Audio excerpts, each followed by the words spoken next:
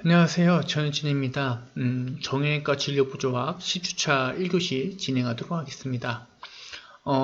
근골격계 손상과 관련된 이야기를 9주차부터 진행하고 있는데요. 이번에는 이제 병태생리와 관련된 내용들을 다뤄볼까 해요. 병태생리 책의 앞부분 보시게 되면 해부생리학적인 내용들을 다시 한번 정리를 해주고 있거든요. 매우 중요하게 여겼던 중에 하나, 제가 강조했던 내용 중에 하나가 뭐였냐면 이 골격은 살아있는 조직이었다라는 점, 그래서 산소 공급과 영양분의 공급이 지속적으로 필요하다라는 점을 제가 말씀을 드렸었고, 그리고 주요 신경과 혈관 이런 것들이 이제 근육 조직 내에 있고, 혹은 뼈 안쪽에 뭐 하버시안관이라든지 혹은 관통관을 통해서 이런 혈관들이 지나가고 있다, 혈관 신경들이 지나가고 있다라고 보시면 될 것 같고, 그 다음에 관절 같은 경우에는 인대, 연골, 윤활외과 같은 것들이 복합적으로 작용하고 있는 신체의 그 움직임을 담당하고 있는 부분이다라고 보시면 되는 거고, 뭐 이런 것들은 그냥 눈으로 보시면 될 것 같습니다. 근육과 관련된 내용들은요. 그래서 이제 본격적으로 어떤 근골격계 손상이 발생하는가에 대한 내용들을 알아볼까 하는데요. 근육 손상부터 이제 이야기를 해볼까 해요. 근육 손상 같은 경우에는 여러 가지 유형들이 있는데 맨 처음 좀 나온 것이 뭐냐면 좌상입니다. 좌상이라고 보기보다는 타박상 이라고 보면 되겠죠. 이 좌상이란 말은 구형으로서 지금은 잘 사용하지 않는 단어기는 하거든요. 그래서 타박상으로 보시면 될 것 같고, 뭐 타박상 같은 경우에는 여러분들이 쉽게 한 번 이상은 당해보셨을 거기 때문에 쉽게 이해하실 수 있을 거라고 생각이 드는 내용들이에요. 그래서 보시게 되면요.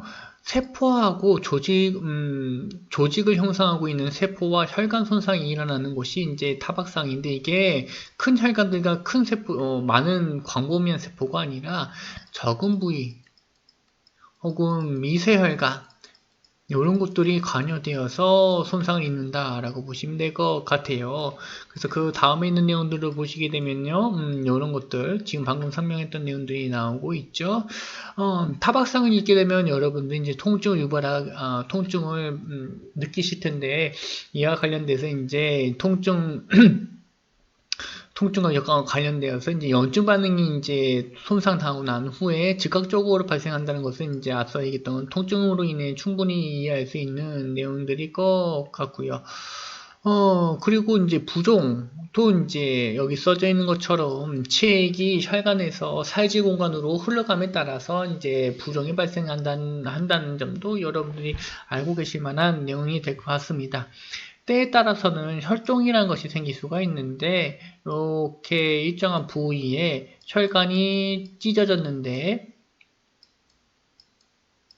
여기에 이제 그 혈액이 유출되어서 일정한 공간 내에 갇혀 있는 것을 이제 우리가 혈종이라고 이야기를 합니다.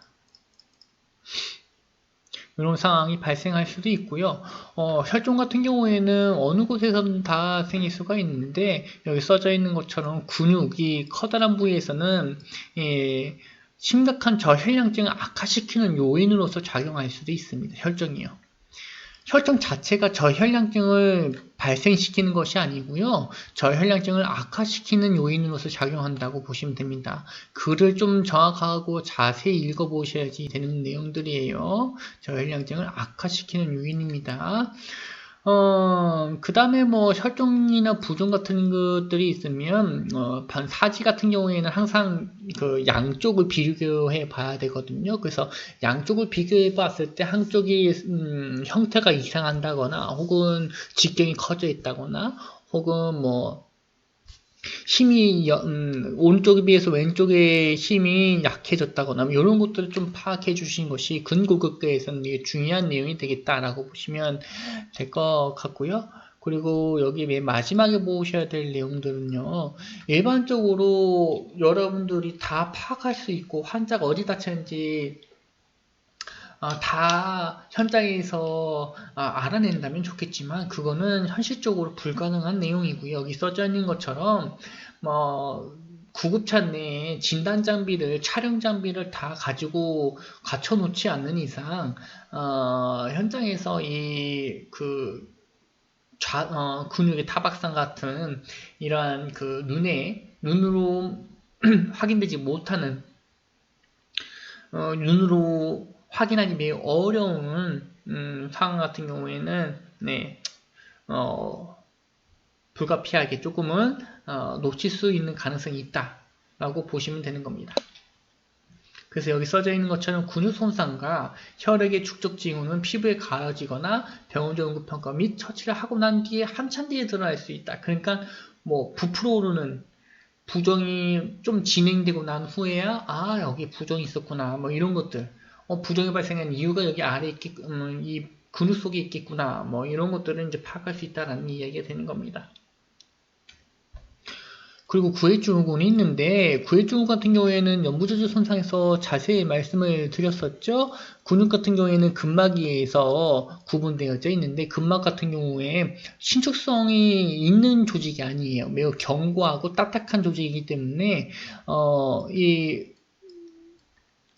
근막이 이렇게 나눠져 있다라고 말씀드렸었죠. 뼈가 있고 근육이 이렇게 나눠져 있는데 이게 이쪽으로 이동하지 못해요. 양쪽으로 이동하지 못합니다. 여기에 만약 출혈이 발생했으면 여기 내에 지속적으로 출혈이 발생한 대로 그냥 압력을 증가시키게 되는 거죠. 제한된 공간에 피가 계속 나오고 있으니까요. 그래서 이 압력이 발생하게 되면 그 주변에 있는 그 모세혈관들이나 신경들을 압박하게 된다. 그로 인해 이제 여러 가지 증상들이 나타나는 것이 구획주근이라고 보시면 되는 거고요. 그 아래에 있는 내용들은 뭐냐면 이제 모세혈관 내 혈류 감소, 그러니까 모세혈관은 각각의 조직 내에 있는 세포들에게 산소와 연료분을 공급하는 혈관들이잖아요. 매우 작은. 그래서 얘네들이 혈류 감소가 일어나게 된다면 조직 내에 산소와 연료분이 제대로 공급되지 못하겠죠. 그로 인해 손상이 발생하게 되는데 손상이 일어나게 되면 대부분 히스타민이 배출이 됩니다. 여기서 말하는 손상이라는 거는 그냥 염증 반응이라고 보셔도 뭐 크게 문제가 되지는 않을 것 같고요. 어쨌든 간에 이러한 비만 세포에서의 히스타민 방출 같은 경우에는 이 혈관의 투과성을 증가시키게 되는데 이 투과성이 말 그대로 이제 물질이 움직이는 것을 투과라고 이야기를 하잖아요. 그래서 투과성이 증대됐다는 소리는 물질 이동이 더욱더 활발해졌다라고 보시면 되는 거고, 그리고 이 투과성에서 문제가 되는 건요, 문제가 되는 건 아니고, 이제 투과성이 증대가 되면요, 혈구는 빠지지 않고, 혈장만 빠집니다, 혈장. 그래서 유형 성분인 혈구들은 안 빠져나가고요. 액체 성분인 혈장들만 쭉쭉 빠져나가게 되면서 그 주위에 주변 조직에 뭘 일으키게 되느냐? 부종을 일으키게 된다라고 보시면 되는 거고, 이게 악순환으로 돼서 부종이 일어나게 되면 거기에 대해 또 압력이 올라가겠죠. 그래서 혈류는 또 감소하게 되고 이거 악순환이 되는 겁니다. 계속적으로요. 그래서 이제 계속적인 내압이 상승하게 되면 주변에 있는 동맥 혈류까지 정지시켜 주게 되는 거고요.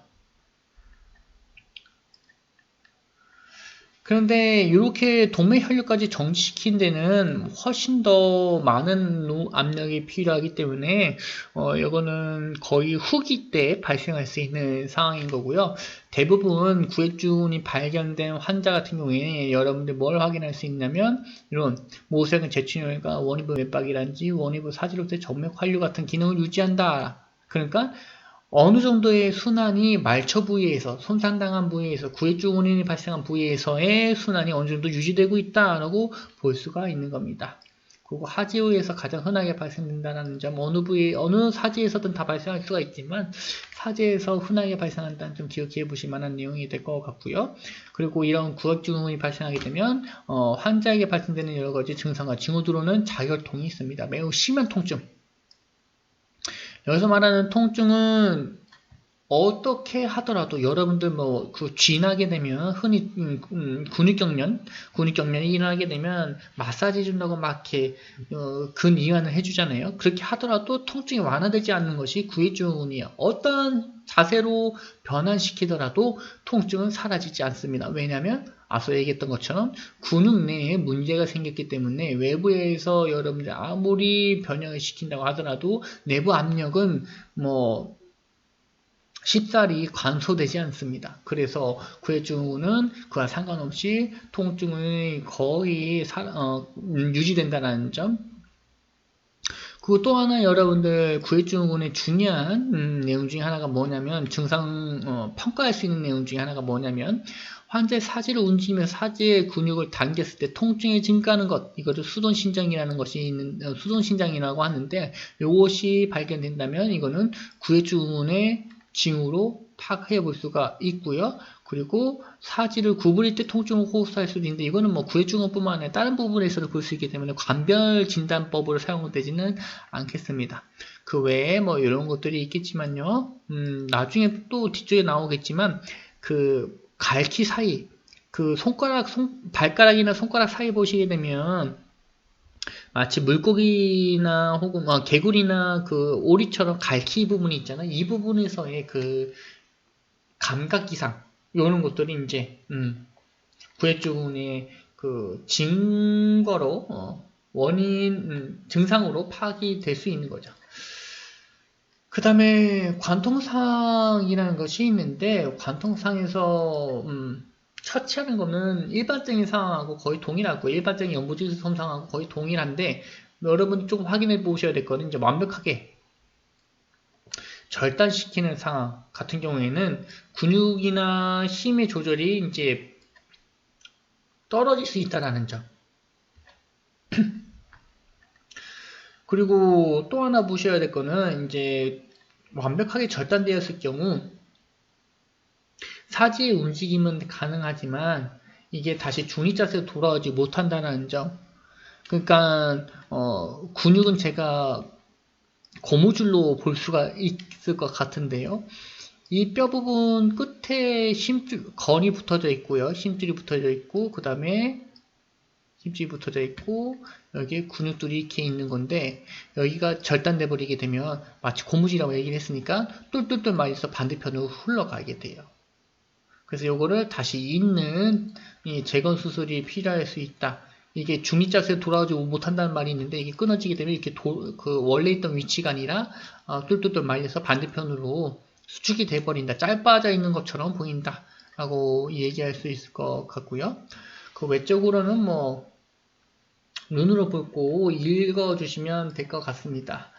이제 근육 관련된 내용들이 이제 지속적으로 나올 건데 근육 피로라는 것이 있어요. 근육 피로. 근육 피로는 근육의 활동량이 한계치에 도달했을 때 발생하게 됩니다. 이런 것들은 여러분들이 어디서 많이 볼 수 있느냐? 웨이트 트레이닝. 헬스장에서 여러분들이 내가 원래 했던 것보다 조금 오랜 시간, 장시간 동안 운동을 했을 경우에 근육이 힘이 안 들어가게 되는 거죠. 그럴 경우에 이제 이를 우리가 근육 피로라고 이야기할 수 있는 겁니다. 근데 근육 피로가 있는 상태에서 여러분들이 추가적인 운동을 하게 되면 근육의 통증을 유발할 수도 있는 거고요. 그래서 근육 피로가 쌓이게 되면 여기 써져 있는 것처럼 근육의 섬유와 근육은 약화된 상태를 유지하게 됩니다. 근육 회복되지 않는 상태에서 계속 운동을 하게 되면요. 그러니까 왜 여러분들 운동 심하게 하게 되면 이렇게 밥 먹을 때 젓가락이나 숟가락 드는 것도 매우 힘들 수 있잖아요. 막 덜덜덜 떨리고 그런 것들이 이제 근육 피로의 예다라고 볼 수가 있는 거고 뭐 특별한 필요 없이 휴식만으로 충분히 회복될 수 있는 상황이라고 볼 수 있는 겁니다.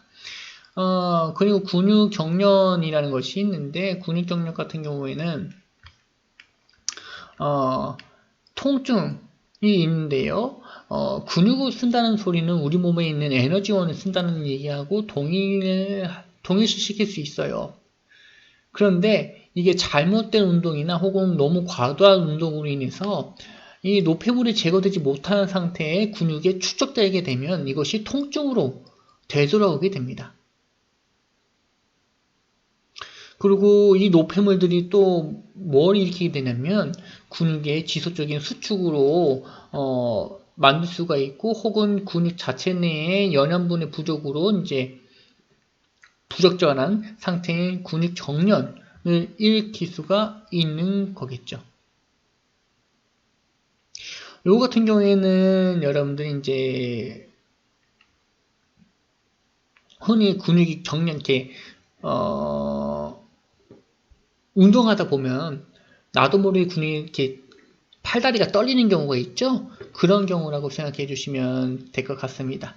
요거는 근육의 포지션, 그러니까 근육이 수축이 아니라 이완될 수 있도록 해주고 마사지 해주고 순환을 회복하게 되면은 충분하게 통증과 함께 회복될 수 있는 상황이라고 보시면 될 것 같고요.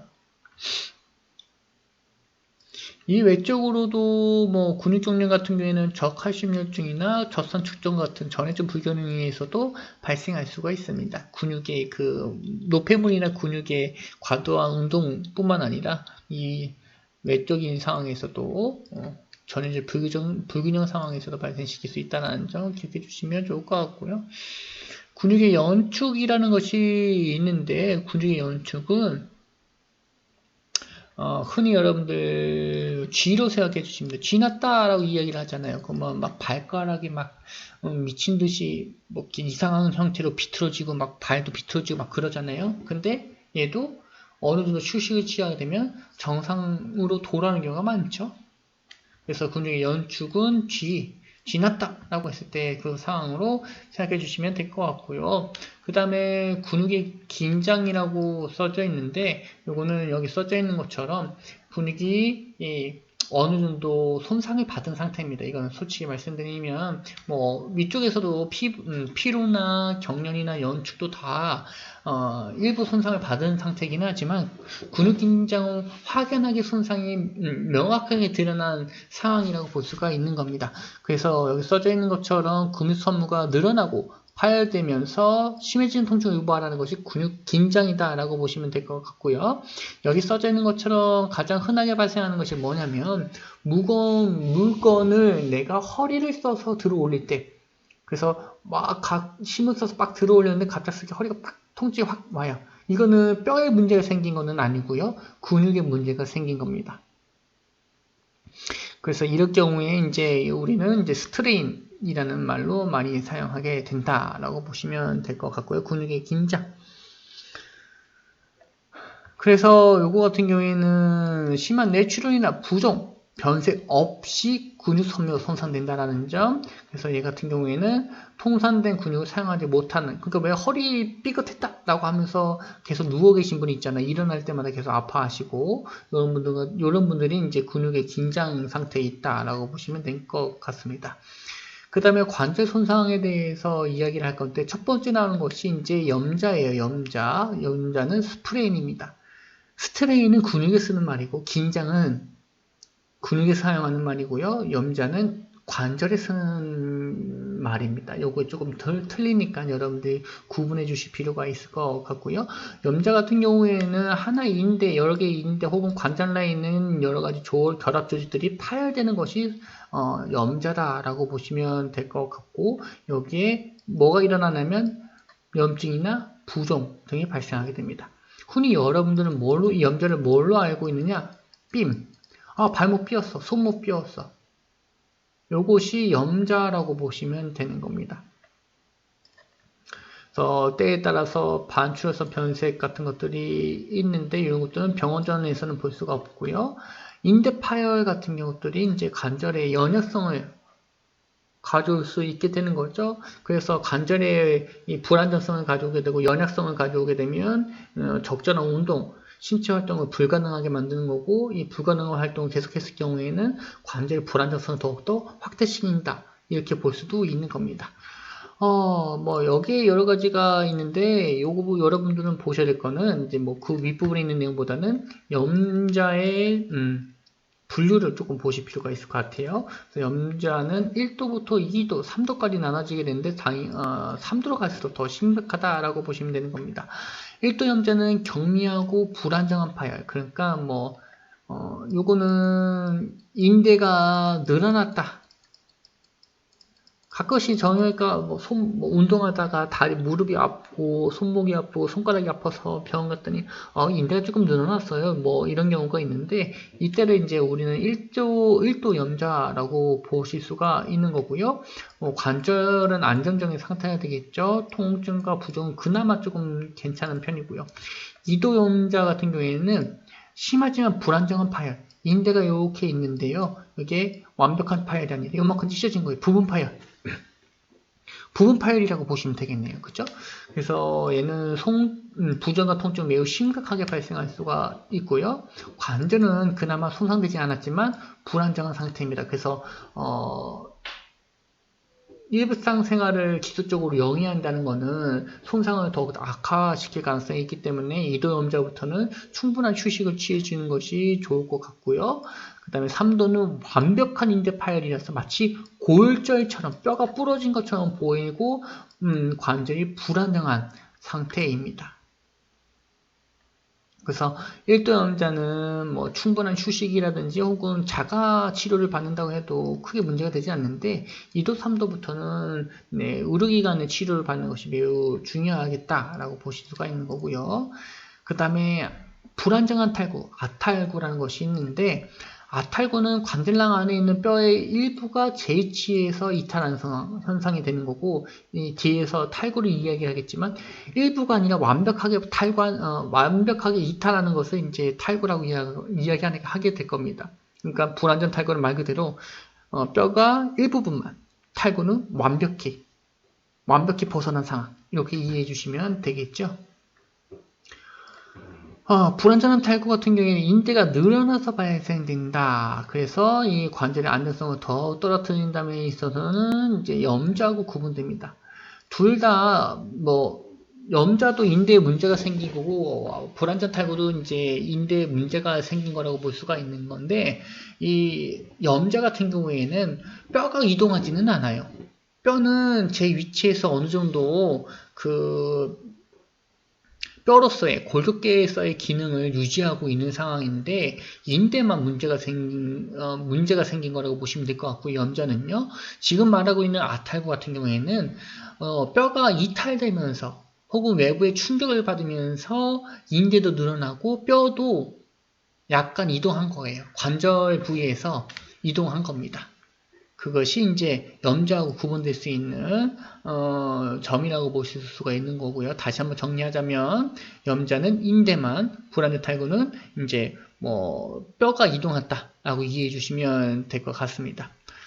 그와 관련된 불완전 탈구와 관련된 여러 가지 내용들이 있는데, 증상들이 있는데, 이거는 그냥 눈으로 살펴봐 주시면 좋을 것 같고요. 이러한 불완전 탈구가 발생되는 상황에서는 정상적인 운동 범위를 벗어나는 과굴곡이나 과신전, 매측회전 또는 축을 따라 주어지는 힘이 일어났을 때, 이거는 불완전 탈구뿐만 아니라 완전 탈구에서도 똑같아요. 그래서 힘이 과하게 되면 완전 탈구가 되는 거고, 그래도 힘이 어느 정도 인대나 뼈가 어느 정도 버틸 수 있을 정도로 들어왔다면 충격 에너지가 들어왔다면 불완전 탈구가 된다 이렇게 이해해 주셔도 큰 문제가 될 것 같지는 않고요. 그 다음에 이제 탈구를 보실 건데요. 탈구는 완벽히 이탈되는 거라고 말씀을 드렸었죠. 그리고 눈에 띄게 변형돼서 비정상적인 상태로 고정된다는 점도 기억해 보실 만한 내용이 될 것 같습니다. 그리고 움직일 수가 아예 없다라는 점 이외에 이 관절 부위로 지나가는 혈관과 신경을 추가적인 손상을 일으킬 수 있다는 점도 기억해 주셔야 될 것 같고요. 탈구는 강한 힘으로 관절의 정상적인 운동 범위를 넘을 때 발생한다는 점. 앞서 했던 이 부분하고는 조금 다른 게 뭐냐, 힘의 크기가 다르다라고 방금 전에 얘기했던 것 같긴 한데 아탈구 같은 경우에는 어느 정도 인체가 버틸 수 있을 정도로 그래도 조금이나마 어느 정도 버틸 수 있는 힘이 있다면 이거는 아탈구가 발생하는 거고 내가 완벽하게 버틸 수 없다라고 했을 경우에는 탈구가 발생한다라고 보시면 되는 겁니다. 그래서 여기 사진을 보시게 되면 그림 9-10번 보시게 되면요. 탈구에 대한 변형 그리고 엑스레이상 뼈가 완벽히 이탈된 것도 확인할 수가 있을 겁니다. 그죠? 관절에서 관절 부위가 이만큼이었는데 이 뼈가 완벽하게 이탈해 버렸죠. 그래서 이거를 탈구라고 볼 수가 있는 거고, 아탈구 같은 경우에는 뼈가 일부분만, 그러니까 지금 이렇게 많이 발생되는 것이 아니라 뭐 지금 아래로 탈구된 걸 그려볼게요. 요 정도. 이렇게 이동된 것을 아탈구로 볼 수가 있는 거죠. 그래서 원래 관절낭이 이만큼인데 요 부분만, 지금 색칠한 부분만 이제 이탈했으니까 요거는 불완전한 탈구, 아탈구다 라고 이해해 주시면 될 것 같습니다. 그리고 나머지 부분은 다음 시간에 이어서 진행하도록 할게요.